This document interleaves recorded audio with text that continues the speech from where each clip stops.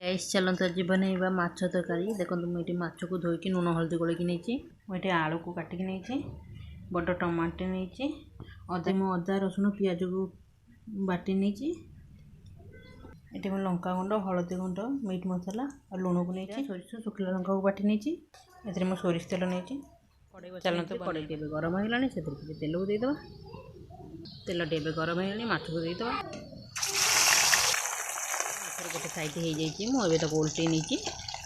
आमर रोसई घर आईस पशेनी से जो बाहर करुच्ची भाजीगला या गोटे प्लेट को काढ़ी नवा मुझे काढ़ी नहीं सेम प्रोसेस सब माछ को भाजी नहीं सेम कड़े आगे तेल नहीं आलू टी भाजी नवा आलू टी भाजी नवा आलू टी भाजी हो जाए काढ़ी नवा सेम तेल आम अदा रसुण पियाजर पेस्ट को देदेवा ए काटिक रखी टमाटो को देदेवा देदेवा मसला रू तेल बाहर जाए भल भाव कषि नवा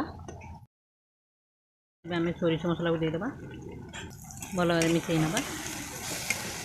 आमर कषिगला पानी को देदेवा फुटिया छाड़देवा आमर फुटिया छाणे ए माछ मुंड को देदेवा फुटिया छाणे ए तो माछ को पकई नवा भी देदेवा एबे हो जाइए मोर रेसिपी जब आप भल लगे निश्चय शेयर लाइक कमेंट सब्सक्राइब करेंगे। Thank you.